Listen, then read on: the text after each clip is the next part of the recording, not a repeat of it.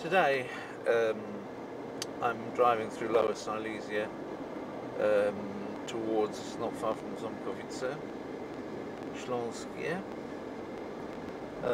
There's the nice hill there covered in beautiful verdancy, it being the 17th of May, but I have a reason to be driving to the Czech Republic. Basically, this is going to be one of my last opportunities to film in the Czech Republic, as I'm now going to be clearing up the flat that I've got there and packing everything into the car.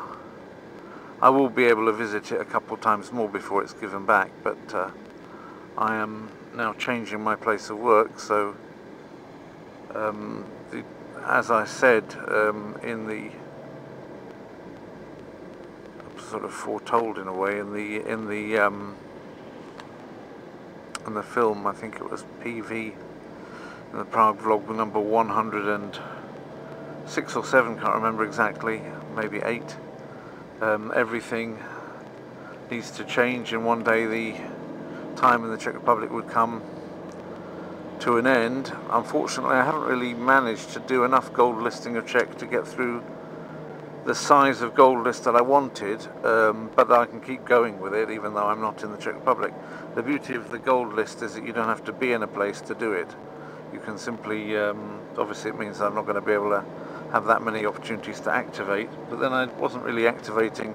I often came for periods of less than 3 days anyway, and there's nothing to stop me coming back to the Czech Republic. There's nothing to stop me retiring in a part of Poland like this, which is very close to the Czech Republic, so nothing will necessarily be wasted if I continue learning Czech so as to be able to really read the Czech literature and then read it and enjoy it.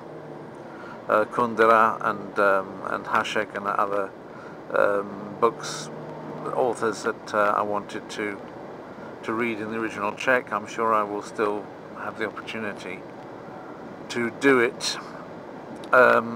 Despite not being there, it won't really make a great deal of difference to the gold list side of things. I've got the materials that I need, and so even in Moscow, where I'll be going, I can still continue to learn Czech.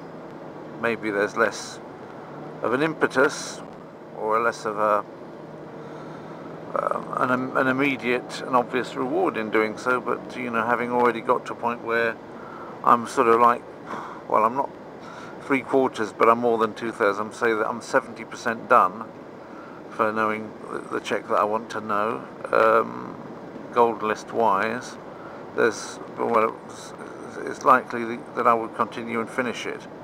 You know, it's difficult to do 70% and then not finish something. Generally speaking, that goes against psychology. If you know, and especially with the gold list, you can measure exactly how far through a project you are. That also gives you the impetus to continue. Once you get up to something like 70%, you are pretty much inclined to continue. 70. So 70%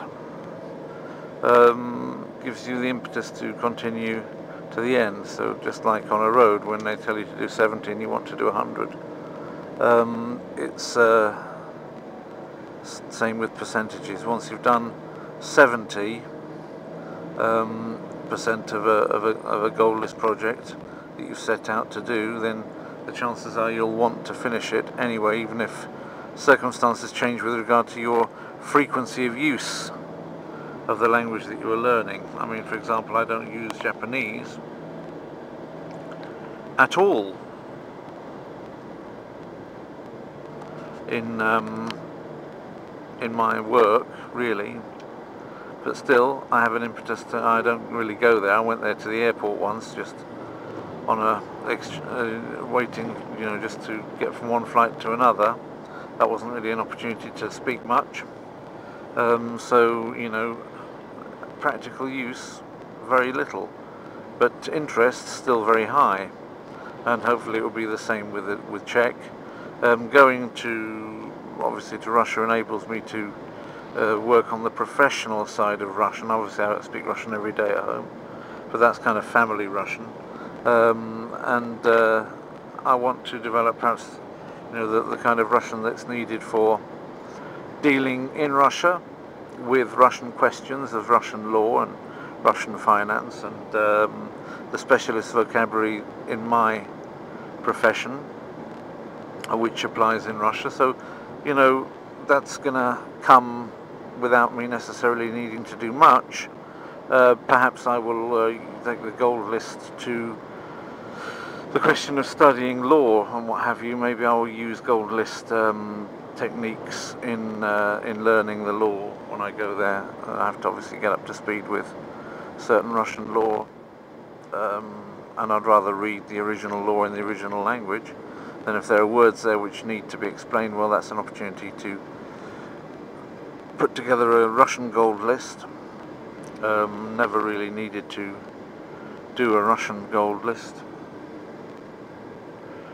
in the past, because I did things which were not dissimilar to gold listing. I did vocabulary books, but and then revised the vocabulary books, but I didn't do it in the specific gold list method.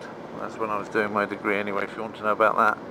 It's the last 100 pages of the book called the Polyglot Project, which explains exactly what I used to do in the past and how I gradually came to a method which satisfied my needs and which is also available to you for free to use. So which costs you much less, because it just costs you the, you know, getting hold of writing materials effectively, than to go on endless language courses which give you next to nothing. So anyway, I'm not going to talk for an awful lot of time now. Obviously we're just passing Kutsko. This is the Kutsko bypass road.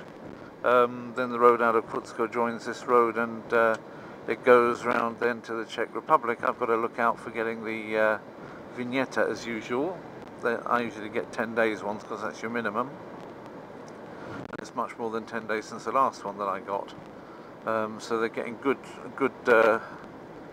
money out of me this year, the Czechs, because I suppose if I'd have even bought a bigger one, then I could have. I could probably.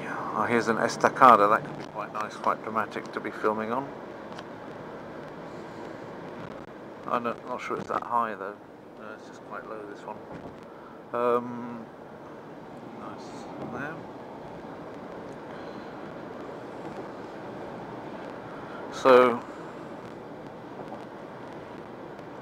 So yeah, I'm a little bit sad because, you know, obviously I was in a place for 4 years. I enjoyed that flat.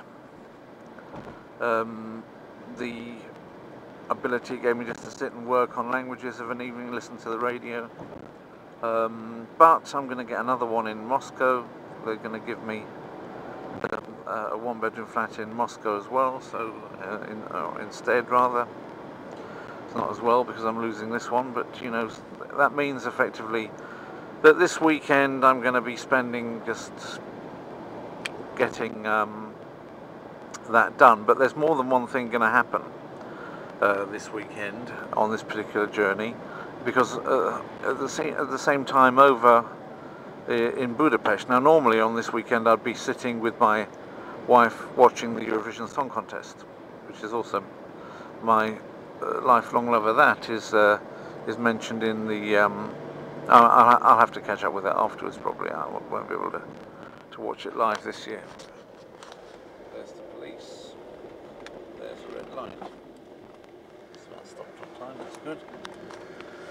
Oh dear.